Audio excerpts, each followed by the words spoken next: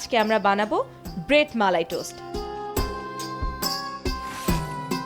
সেজন্য আমাদের লাগবে পাউরুটি 5 টুকরো, ঘি 1 চামচ, তরল দুধ আধা লিটার, জাফরান আধা চামচ, পেস্তা বাদাম 5 থেকে 6টি, কাস্টার্ড পাউডার 2 চামচ, চিনি 3 চামচ, লবণ পরিমাণ মতো।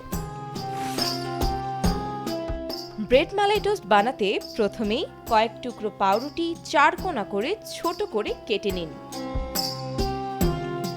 এরপর একটি প্যানে ঘি দিয়ে তাতে কেটে রাখা ব্রেডগুলো লালচে করে ভেজে নিন।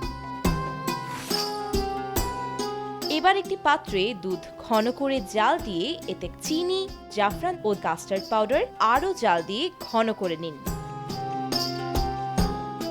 দুধ ঘন হয়ে এলে নামিয়ে ঠান্ডা করে নিন।